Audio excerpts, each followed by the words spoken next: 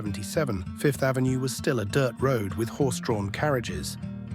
There were many horse-drawn carriages on the road, many of which were passenger carriages, and some were freight carriages. The road was a dirt road, reflecting that the transportation at that time was mainly animal-drawn. The street lamps were relatively simple in style, and the dirt road and horse-drawn carriages formed a sharp contrast with the prosperous city later, witnessing the changes in urban infrastructure and the development of urban spirit. In 1875, the United States was in the process of industrialization. As an important city, New York Central Park was an oasis built for citizens during the city's development. New York Central Park is a good place for New Yorkers and tourists to relax. It is an intuitive material for studying the history of New York's urban development, the evolution of public spaces, and social life in the 19th century. In 1880, two workers walked on the Brooklyn Bridge, which was almost completed.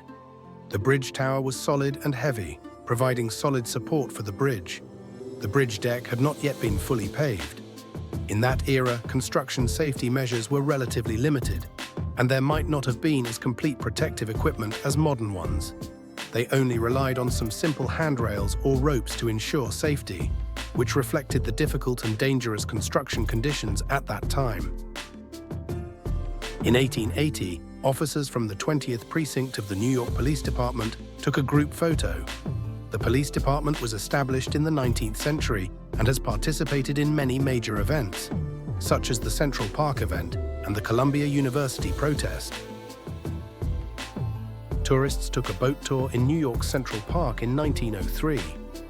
At that time, Central Park had become the urban green lung of New Yorkers, combining leisure, social, and sightseeing functions.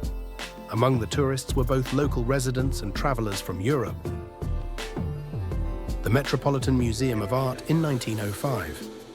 This museum is one of the largest art museums in the United States. The picture shows the early architectural form of the Metropolitan Museum of Art. The neoclassical style is prominent, with huge columns and regular facades showing a solemn and elegant temperament. The stone material and decorative details of the building can be seen reflecting the architectural craftsmanship and aesthetics of the time. It also indirectly shows that the Metropolitan Museum of Art had become an important cultural landmark in the city at that time and integrated into the life scenes of citizens.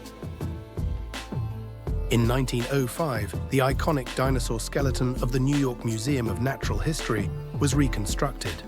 The display and reconstruction of the dinosaur skeleton reflects the level of excavation, restoration, and research of dinosaur fossils by paleontologists at that time. During this period, dinosaur research gradually moved from simple fossil discovery to systematic skeleton restoration and scientific display, helping the public understand prehistoric creatures. In 1920, a department store in Midtown Manhattan had its windows filled with beautiful hat photos. The streets and pedestrians inside and outside the windows outline the vitality of Midtown New York in the 1920s. The streets, as a connection between public and commercial spaces, show the integration of urban life and also imply the impact of traffic on the rise and fall of business. This photo is not only a display of fashion windows, but also a miniature specimen of New York's social, cultural, architectural, and consumer ecology in the 1920s, hiding the code of urban development and the changes of the times.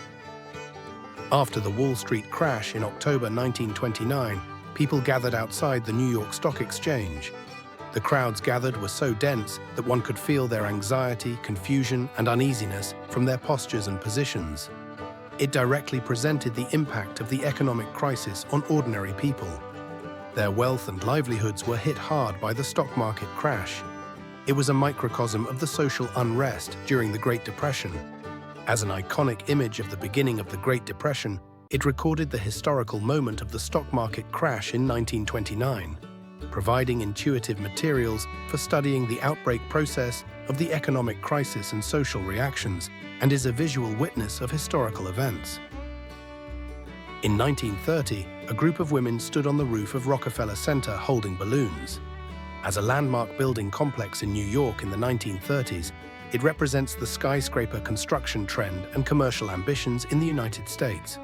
From the rooftop perspective, the surrounding buildings outline the skyline of Midtown Manhattan, showing the city's vertical ambition to develop upward, and also witnessing New York's transformation from an industrial city to a modern financial and commercial metropolis.